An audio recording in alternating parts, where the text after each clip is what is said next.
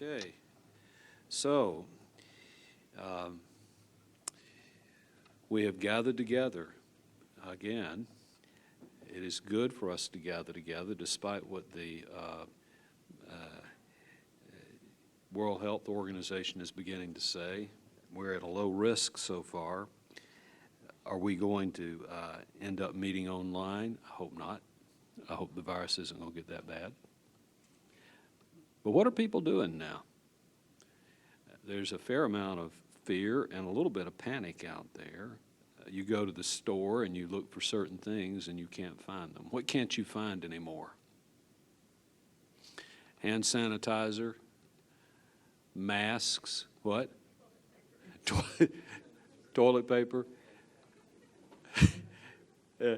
Somebody told me a story yesterday. I was at the Institute, and who was it that told me? It may have been Gene. He said there was a missionary lady, I don't know where it was. She ordered 48 rolls of toilet paper. There were 48 rolls on a pallet. They delivered 48 pallets of toilet paper. The bill was like $3,000. Yeah. So I don't think that she was panicking. I think she panicked when she saw the bill, but okay. There was an article in the New York Times in 2013. It was in the middle of January, near the end of January, right in the middle of flu season. And everybody was beginning to get the flu scare. Have you gotten your flu shot, that sort of thing. There were 3 strains of flu going around that time, and people were very, very concerned about it. And in this article, they discussed the whole issue of fear and panic. So that's my hard topic tonight. It's not a hard topic, but I think it's maybe a timely topic. It begins this way. In September 1873, so that was, about almost 150 years ago. Just east of here, what's that city or town just right across the river from Texas? East of here? Not Bossier City. What's the other one? Shreveport. Yeah, Shreveport.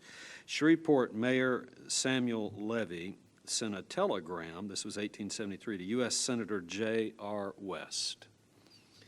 He said, "The people are panic-stricken." What was the problem? There was an epidemic that ran throughout the South.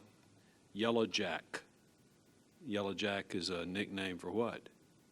Yellow fever. Yellow fever is transmitted by mosquitoes. They didn't know that at the time. He said, "The people are panic-stricken. All that could have left. The poor are nearly all on our hands. No money in the city treasury. All pecuniary aid will be thankfully received. Fever increasing." And that was sent to Washington. In other words, get us some pork barrel. Get us some money out here to help us with this problem. A wave of yellow fever had swept through Shreveport, leaving death and disorder. One of many waves of yellow jack that had hit the South in the post-Civil War era, phase after phase after phase.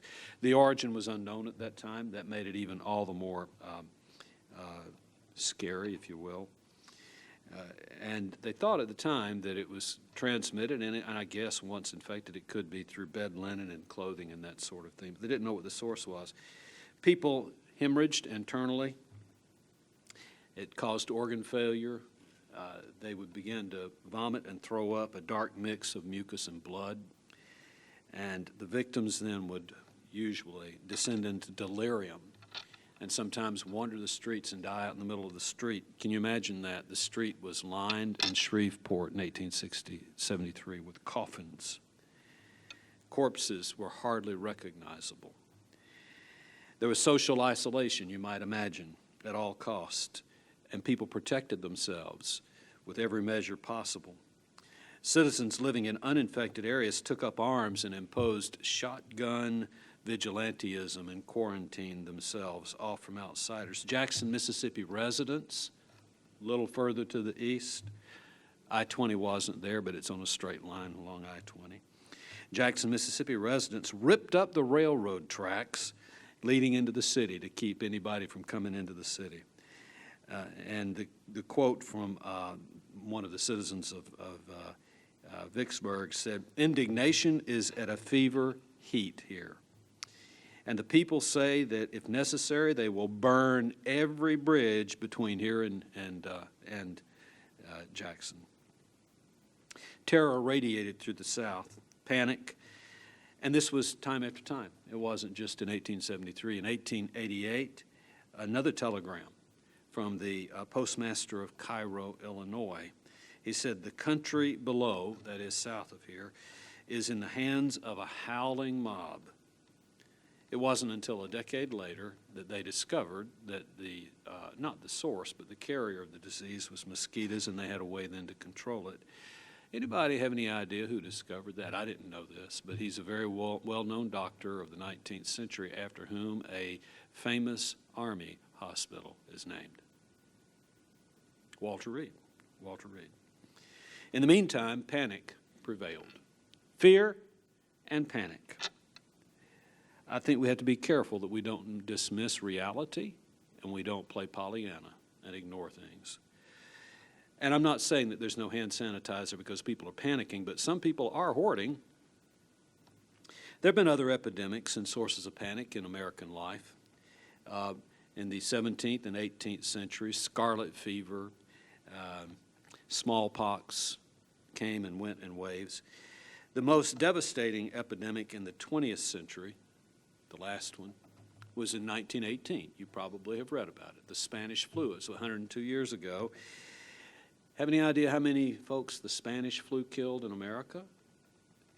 675,000 people. Yeah. It was the first post-World War I. It was during the first post-World War I recession, economic recession. A few years later, 1921 and 1925, an epidemic of diphtheria hit. It killed only about a fraction of that. 15,000 died. In 1947, a smallpox outbreak was evident in New York City, but they had anticipated it, and they inoculated as many as possible, and they contained it. Some of you remember, some of you may remember 1947. I don't. I wasn't around then. I was 3 years away. I do remember this in 1976, the swine flu. The swine flu that everybody was so afraid of. There was massive inoculation, and it prevented it from spreading, and it wasn't really a problem. In the 1980s, we began to read in Time magazine and Newsweek magazine. Yes? There was a lot in there about the polio epidemic. Mm-hmm. Yeah. Yeah. Polio epidemic from about 19-teens into the 70s. Yeah, we lost a lot of folks and a lot of folks that were disabled. Yeah. Yeah. Polio. In the 1980s, we began to read in the newspapers and the magazines about this unknown disease coming out of, it wasn't just coming out of Africa, but most of the sources at that time were out of Africa, HIV and AIDS. And, you know, we've learned how to cope with that. But you remember, if you're old enough to remember when it started, do you remember the panic and the fear and how you don't shake hands with a person with AIDS and that sort of thing, and they were isolated, you know? And then in 2001, you remember what happened after, this wasn't a disease, but remember the post office problems after 9/11, and then the packets with a white powder and the threat of what? Anthrax. So it's interesting how fear and panic can grip a people, and some of that caution, I think, is necessary, of course. There's another aspect to this. If you've looked at the stock market over the past couple of weeks, you know, it would go up 300 points, down 200 points, up 400 points, down 100 points over the past year or so, you know. That was pretty volatile. Today it was down, what, 1,600 points. Yesterday it was up 1,160. The day before that down, I don't remember, 1,400. You know, unbelievable swings, but mostly downward. They officially declared that we have entered a bear market, they think, because the stock market is down 20% from its high point at the end of last year, the beginning of this year. But folks, You know how many recessions there have been in American history, going back to 17th century, well, the 18th century? 47 recessions. I'm only 69. I've lived through 10 of them. In the 19th century, leading up to the early 20th century, to the Great Depression, there were 7 of those that were called panics. You know, the Panic of 1837, whatever. They were panics. They weren't just recessions. They were deep recessions. They were depressions. Measured, according to what I could tell, when the economy declined by at least 20% and unemployment declined by 30%. That happened 7 times between the early 1800s and the early 1900s. And then, of course, there was Great Depression. 27% decline in the GDP, 23% unemployment, and some of you actually remember that from your early days. We all remember 2008, 2009. Put it in perspective, we thought that was, well, they didn't call it a depression, they called it the Great what? Recession. And as significant as that was, there was only a 5% decline. My point is, these things come and go, 46 times in our history. What do we need to be reminded of at a time like this? I think you know what I'm going to say. Eric Black wrote an article in the Baptist Standard this past week about a couple of concerns that we have today. One is the pandemic. They declared today officially it is a pandemic. He said the other is the panic and the fear that goes along with it.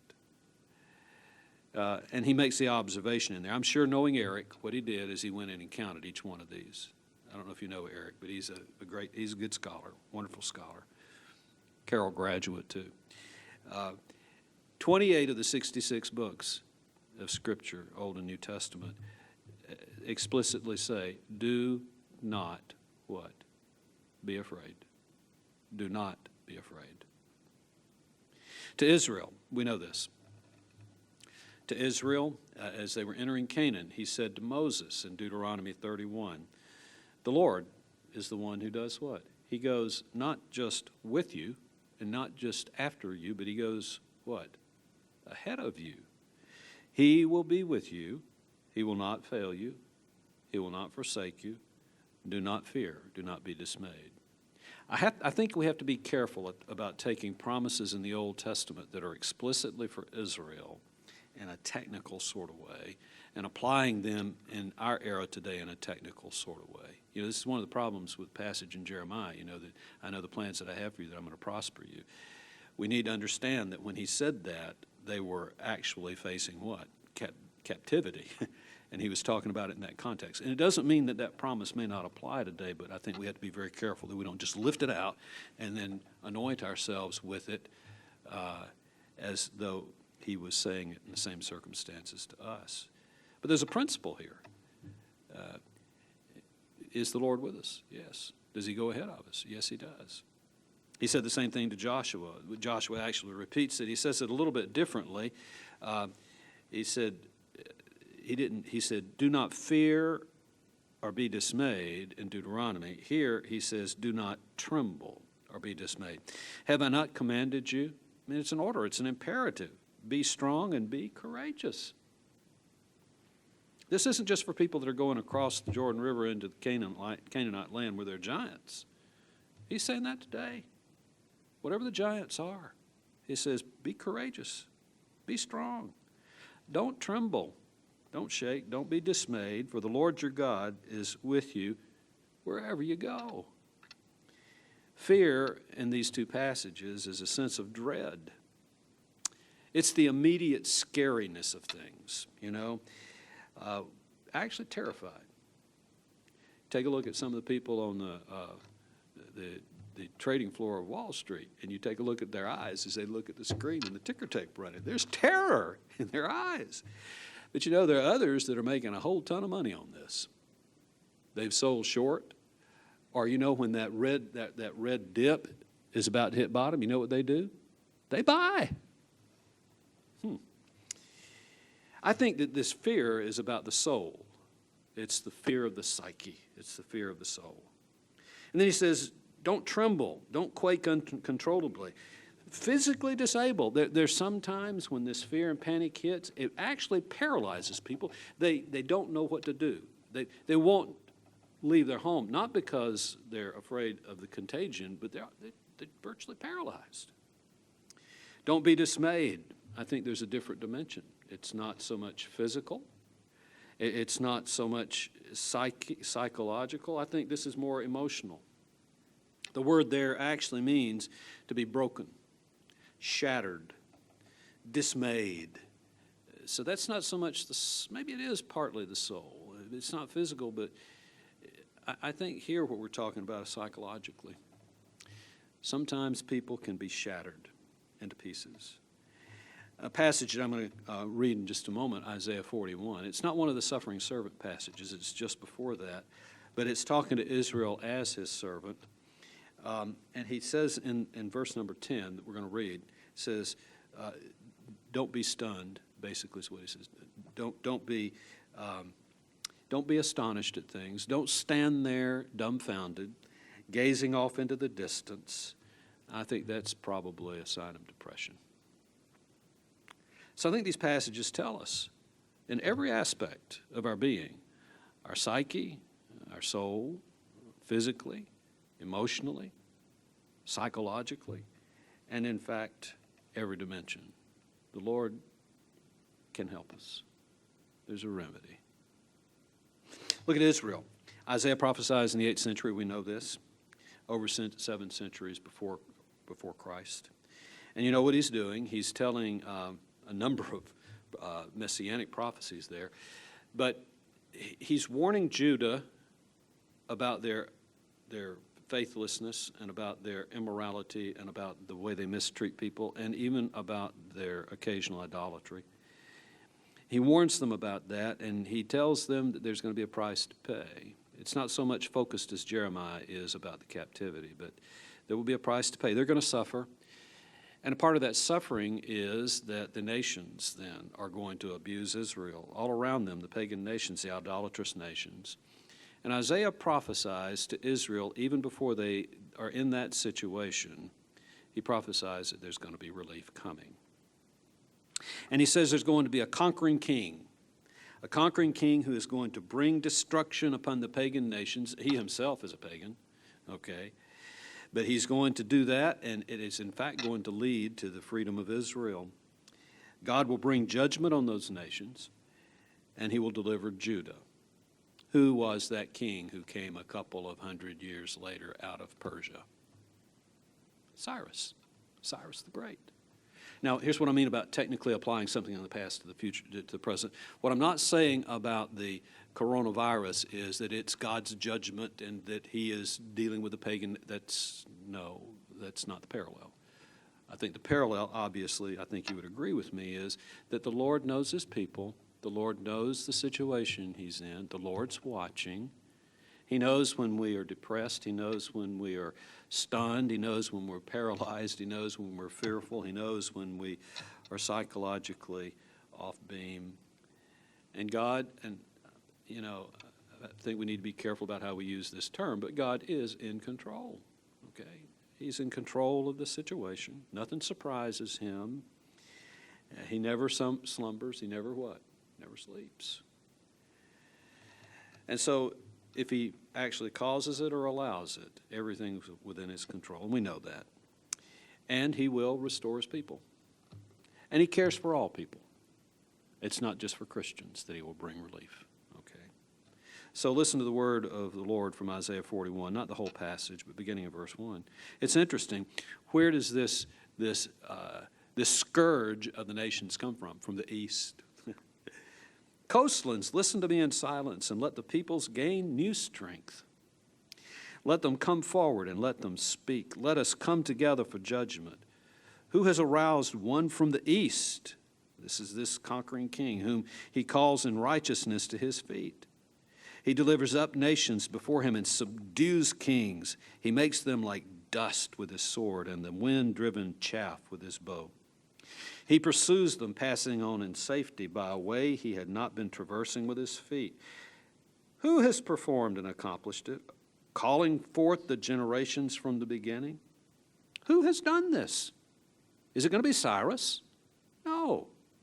I, the Lord, am the first, and with the last, I am he. The coastlands have seen and are afraid. The ends of the earth tremble. There's that word again. They have drawn near and they have come. So you see what they're marshaling their efforts against this king that's coming. Each one helps his neighbor and says to his brother, be strong. I'm going to draw an analogy here. I hope it's an appropriate one. An appropriate one.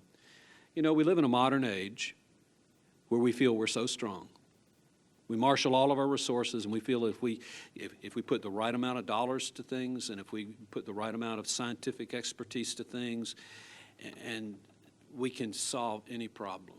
That is the bane of modernity. We live in a modern age. I know they say it's postmodernism. You know what postmodernism is? It's just the next phase of modernity.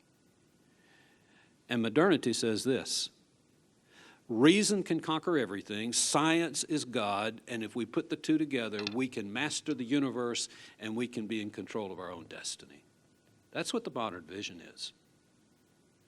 So, you know, if you have some problems with postmodernity, which I do, I don't think things are relative. I do think there's absolute truth. But one of the good things about postmodernity is it's challenged that modernity, the modernist thought that we're really in control. We can marshal all the resources. We can be the strong, and we can be victorious. Now, unquestionably, science has done a lot of good, you know. Academics and intellectual growth and all of that, it's not bad. Don't get me wrong. But you see, this is what's happening in Isaiah. The nations have said, we can stop. But the Lord has decided that he is going to mete out judgment upon the nations, and he's going to liberate Israel. So they're wrong. Verse number 10. This is what he says then to his servant. Do not fear, for I am with you. Do not anxiously look about you, for I am your God. I will strengthen you. Surely I will help you. Surely I will uphold you with my righteous hand. Verse number 13, for I am the Lord your God who upholds your right hand, who says to you, do not fear, I will help you. This sounds very much like what he said to Moses, what he said to Joshua, and now he says it through Isaiah to the 8th century Judeans. In verse number 17 then, one of my favorite passages. I actually preach a sermon on this 3-point sermon from time to time. Beginning in verse number 17. The afflicted and the needy are seeking water. So he's talking about they're going to be in the desert, but there is none, and their tongue is parched with thirst. I, the Lord, will answer them myself. As the God of Israel, I will not forsake them. I will open rivers on the bare heights and springs in the midst of the valleys. I will make the wilderness a pool of water and the dry land fountains of water. I will put the cedars in the wilderness, the acacia and the myrtle and the olive tree. I will place the juniper in the desert together with the box tree and the cypress, that they may see, here's the reason, that they may see and recognize and consider and gain insight as well. They've been in the desert, they're going to have pools of water, and they will see and have insight that what? That the hand of the Lord has done this, and the Holy One of Israel has created it. The pandemic that we face, we do not control. They're working right now on medicine, on, what do you call them? Not antibiotics, what? Vaccines, thanks, yeah. And they probably will develop something. And then you know what's going to happen? It'll morph. It'll change. And will it emerge again some other time? Do you remember the last one we had like this? What was it? SARS? Yeah. The coronavirus pandemic, now that it's officially called 2020. Type virus, SARS-CoV-2 virus. That's technically what it is. It's a beta coronavirus. You've probably seen the acronym for it, COVID-19. Coronavirus-19. I guess the reason it's 19 is because it actually emerged in 2019. What's the source? It's an animal source. Is it possible for viruses to be transmitted from animals? Some to humans, yes. Where does this and the SARS virus originate? In which mammal? Bats. Exactly. The outbreak, of course, was in Wuhan and Hubei province in China in a seafood and live animal market. What's ironic about this, do you know where the epicenter, the global epicenter for the production of the protective masks is? It's right in that city. Yeah.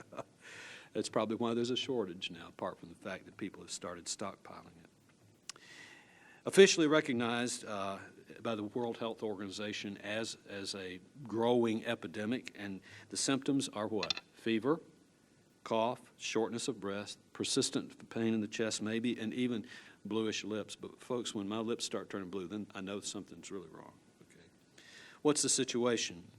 It was close to a pandemic when we woke up this morning because two of the three things were evident. Serious illness resulting in death, and the fact that it could be communicated from person to person, spread from person to person. And now the third criterion has been met, the expanse of it, but the expanse of it measured this way. Before, most of the folks they could trace back to a source they knew that it came from. And now what is it? It is what they call a community spread virus, which means you may get it without knowing from whom you got it. So it is a pandemic. The global statistics as of today, 120, it was interesting. When I started my research today, it was 124,986. Before I finished and I updated, it was up to 125,736. It's growing. 16% of the cases, the people that get it, have serious complications. 67,000 have registered recovering. And there have been 4,607 deaths. Now, if you go and you Google it now, it's probably up to 4,700, okay? So what is a mortality rate based on these numbers? And this may not be accurate because, you know, there are probably a lot of cases that have not been reported, okay? But of the known reported cases and the known death cases, it's 3.6%. Okay. It doesn't sound like very much, you know? 3.6 people out of 100, okay? But it is.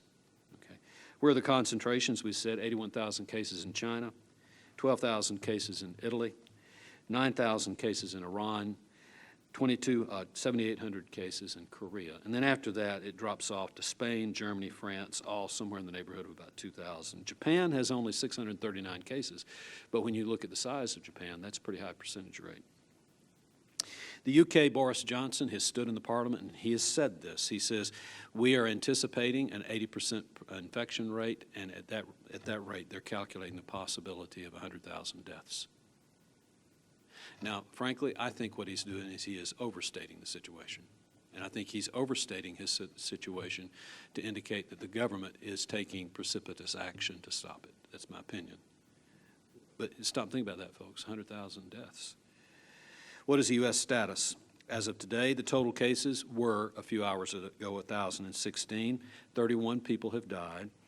38 states have been infected, District of Columbia, and we said earlier, at prayer time, Washington, California, New York, Georgia, and then right after that, Florida. In Texas, how many cases? 21. Where are they mostly concentrated?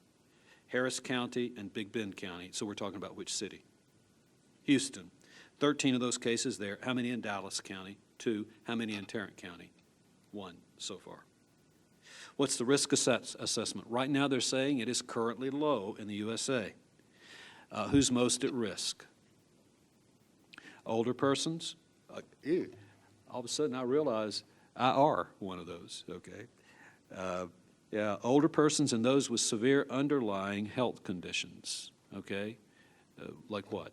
Heart conditions, maybe respiratory conditions, diabetes, or those that have maybe some kind of immune deficiencies. You know, that sounds like a lot of folks, 100,000, and it is. It is. What we don't realize unless you do a little research, I didn't do much, but I did discover that in this flu season, so far, this flu season, since the end of the fall, right at the beginning of the winter, and the last 4 or 5 months, there have been 29 million cases of flu in America. 280,000 Americans have been hospitalized with the flu.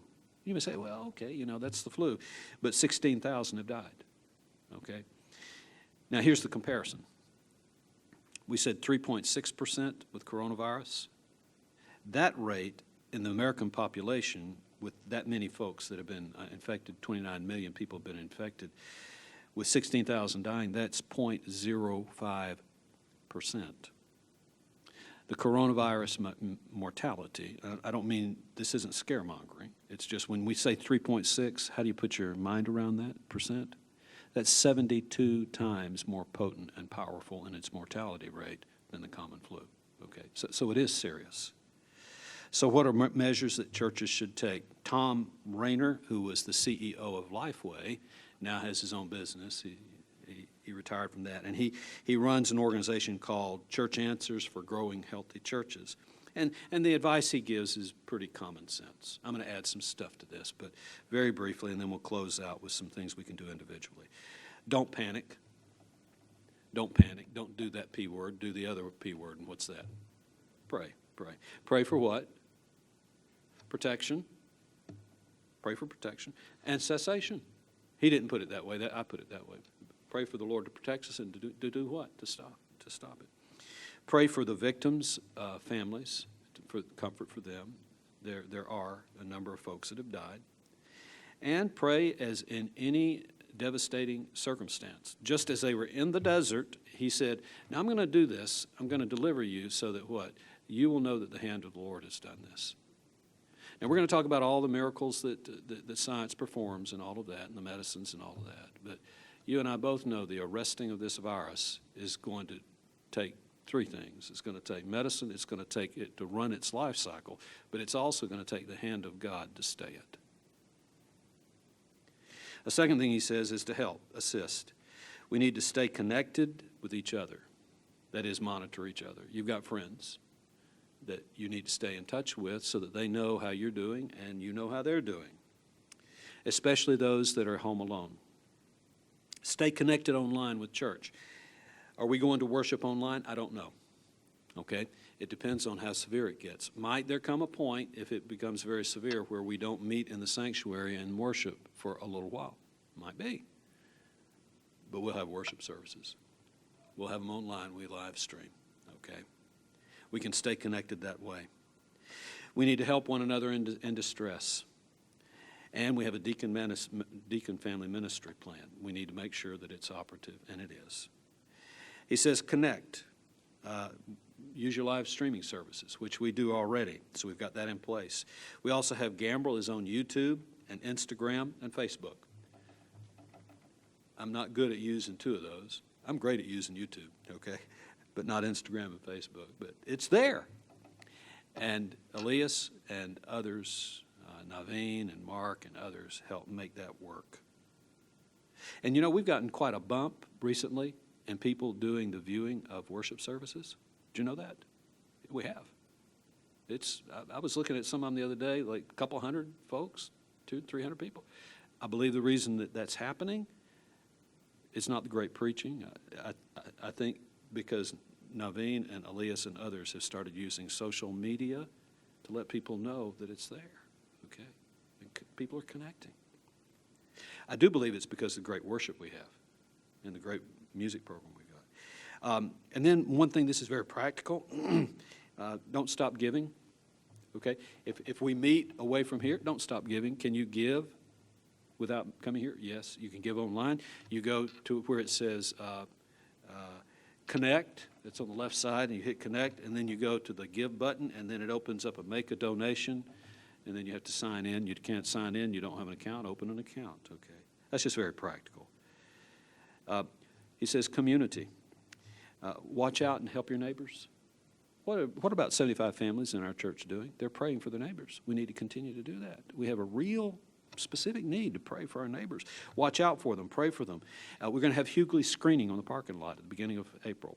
Now, what they will do is somebody comes up and they're wheezing and coughing and it looks like they might have signs of coronavirus. What are they going to do? Don't come into the van. Don't contaminate it, but they're going to send them to emergency. Prevention. Caution about meet and greet. We're kind of joking about doing the holy bump earlier. You know, I don't know really how much we have to be concerned about shaking a person's hand. You know, if they're sniffling and all, don't shake their hand, you know. But if you shake somebody's hand, then you probably later, before you put it around your mouth and nose and that sort of thing, you ought to go wash your hands.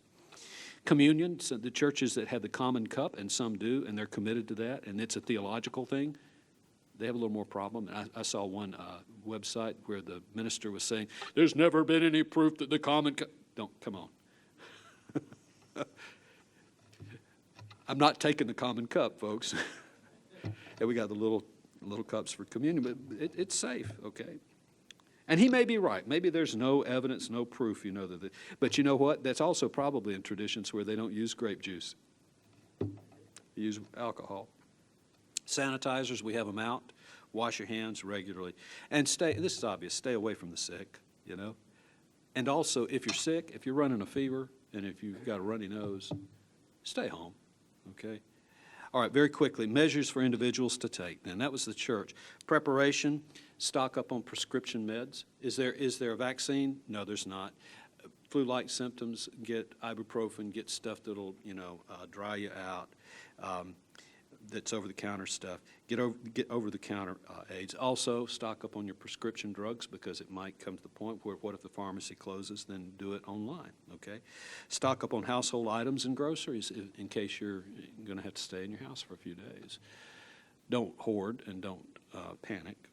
Precautions. Avoid contact with symptomatic persons. That's pretty obvious. These are CDC things. Clean your hands often. How often ought you to wash your hands? I mean, how you go to wash them, how long does it take to clean them? With soap and water. About 20 seconds. About 20 seconds. Avoid high-touch services in public places like elevators and rails. If you can walk down the stairs without using the rails, fine, Avoid touching your face and your nose and your mouth. But what is the most intrusive area in your whole face for viruses to enter? Your eyes, okay? So don't rub them, with your hands. Clean and disinfect your home. Get rid of the germs. Avoid crowds with poorly ventilated spaces. And if not necessary, don't travel by plane or train or a cruise boat if you don't have to. I've got to go to Kansas City in April. I'm going to get on a plane. If I do, I'm probably going to wear a mask, okay?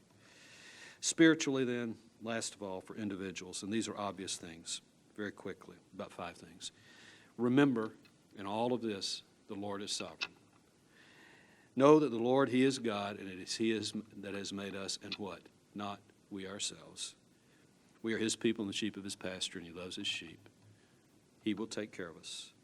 Deuteronomy 8, but you shall remember the Lord your God, for it is He who is giving you power to make wealth.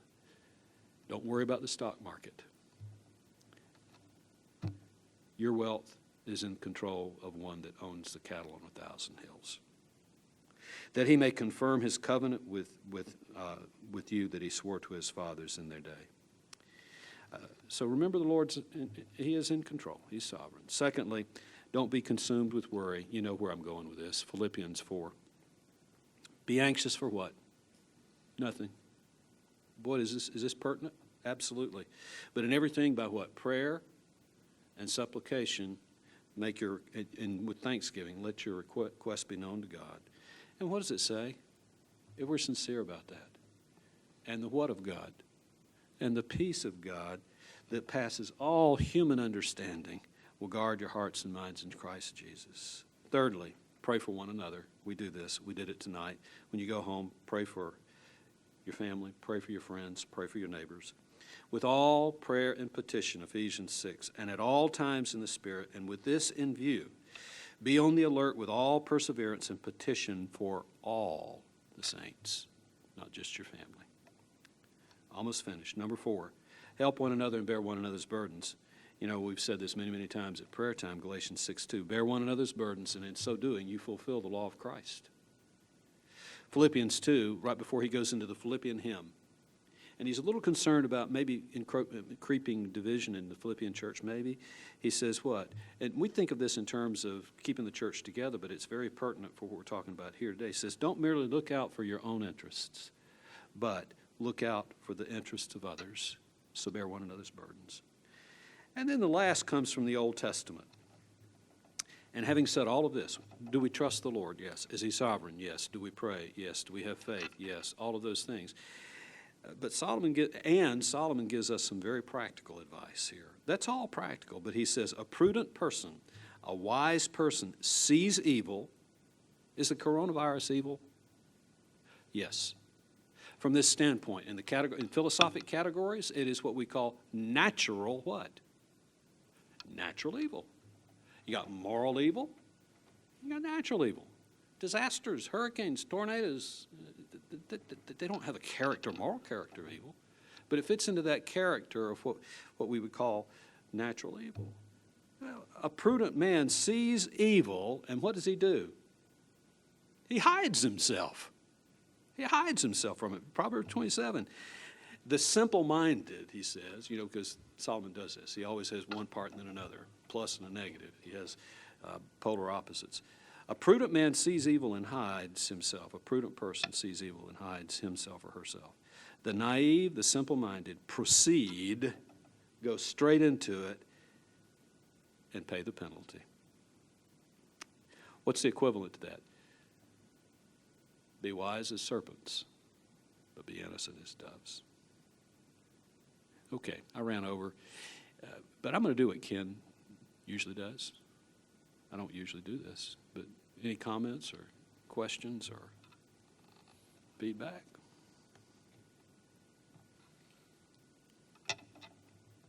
Did we solve the problem? No, we didn't solve the problem. Did we stop the virus?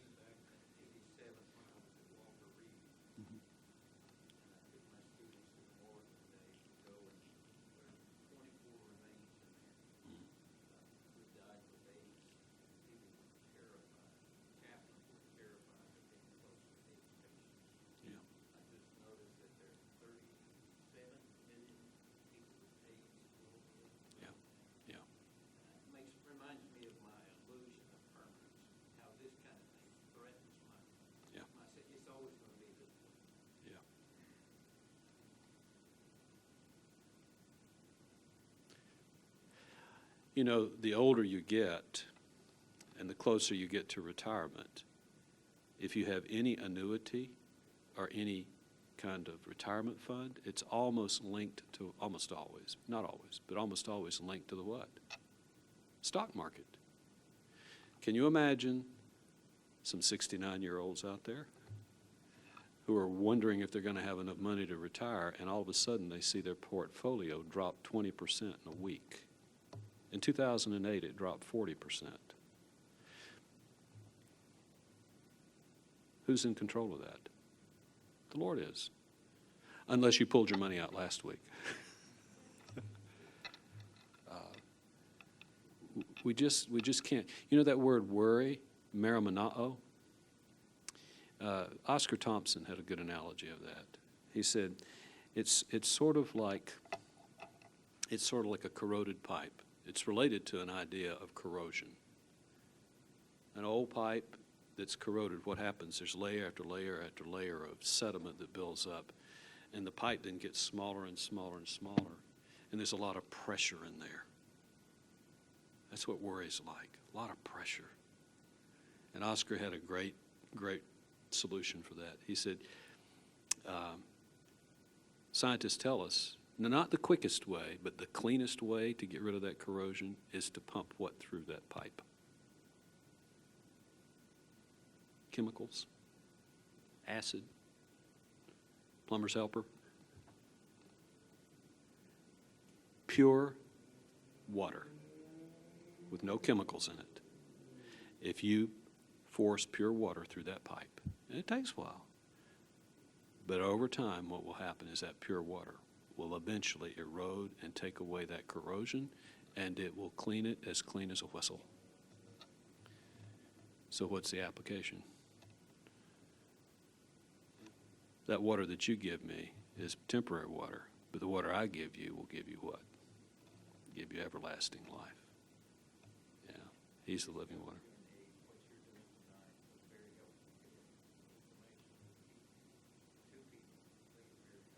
Thank you. Anybody else? Okay. Larry, you're in the back. Why don't you close us in prayer? You can project and everybody can hear you.